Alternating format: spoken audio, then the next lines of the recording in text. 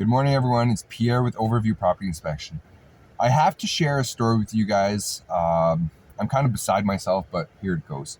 So yesterday, as I'm leaving my inspection, across the street, there was a concrete crew and a pump truck, and they were pouring some footings outside. Now this morning, it's minus 20 outside, and what don't you see on the footings? They're not covered. Now, typically when you are pouring concrete in this temperature, you must cover it.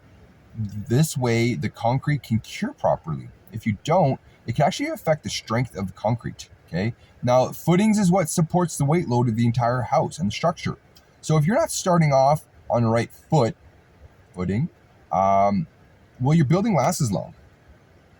Maybe, maybe not. But there's gonna be some family that's gonna buy this house and right off the bat, it wasn't done properly, okay? Now, funny enough, as I'm sitting across the street, there's actually the municipal guy that drove by. And what do you think I did? I couldn't help myself but wave him down, and we started having a conversation. Actually, nice person. You know, we had a conversation for a while, and we just chatted about the industry and the catastrophic quality control issues that we're seeing across Alberta. Actually, he's mentioned he's got a buddy in Fort Mac that same thing, but some awareness and some good awareness he shared actually, and like just things to look out for and like what his thought process is, and like we actually bounced ideas on like flashing details and like what are my thoughts about end dams, and you know, we had a good conversation. So I politely kind of said something about the footing, and what his remarks were I'll put a call into the builder. I don't know what that means. I don't know if something's actually going to come of it. Do you think the builder's actually going to rip out the footings? I don't think so. Not in this lifetime. And if they do, great, but I don't imagine they will. So I started going down this rabbit hole of whether or not progress inspections should be considered. And I'll be honest with you guys, in the past, I would kind of hem and haw about like, yeah, the municipal guys look at it. You probably don't, you know, your house is looked at. But then after this conversation, I think it's a no-brainer. And I'll emphasize on this, okay? First and foremost, he shared with me that he has, in the busy season, he has 50 site visits a day. Now, number one, I just don't understand if that's even physically possible or if I misunderstood him, okay? And let's give him the benefit of the doubt that I misunderstood because I got my big hat on, and he said 15 site visits. How can you still do proper 15 site visits a day? You can't. I don't think you can, not efficiently. And if he's rushing through those site visits, even at 15 a day, do you think they're paying particular attention to some of the stuff that's being built? Because I can tell you, we talked about some of the stuff that's going on across the street, and he was like, right? Because there's so many things that are like more important and pressing on the builds that they can't possibly, you know, enforce everything. Okay.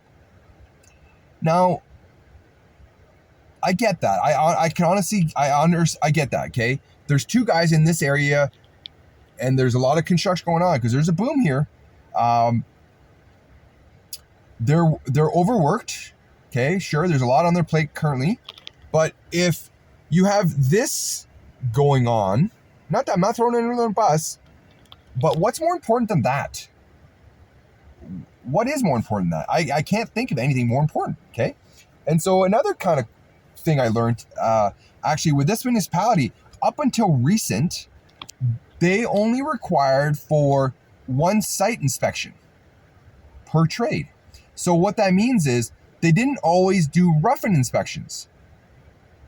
Now imagine this, if you're doing a final electrical inspection only, that means that the wiring that's in the wall may not have been inspected.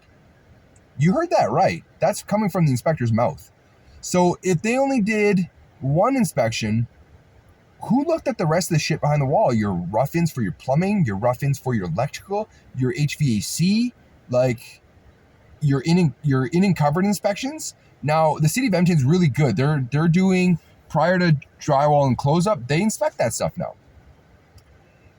The city actually always did. It's the smaller municipalities that did it, okay? But up until recent, these smaller guys didn't. And so that's kind of scary to think how many houses were built without the quality control that you should have if you're going to buy a property and it's going to take you a lifetime to pay off. So that made me realize that I think now it's more important than ever that you have a progress inspection done. Now, I'm not saying it's us. I'm just saying consider having someone there during the build process, okay? I think it's important to do progress inspection, let's say, before installation. So pre-drywall is what you call it. You do one pre-possession and one at possession. It's going to cost you more money. Okay, let's round it up. It costs you $1,500. It's funny. I just had the builder drive by and give me stink eye. I don't know if it's the same builder that he's mad at me about this, or it's the fact that I'm doing all these multis across the street and he's giving me stink eye because of that. But anyways, stink eye back. Anyways, you know what's nice? He had a dustpan full of crap and just threw it outside like it was nothing. And there's a whole bunch of shit on it. Good on you, buddy. I'm gonna go confront him too. Anyways, today is confronting people day, I guess. Anyway, so going back to my rant, I think it's important to maybe do progress inspections while you are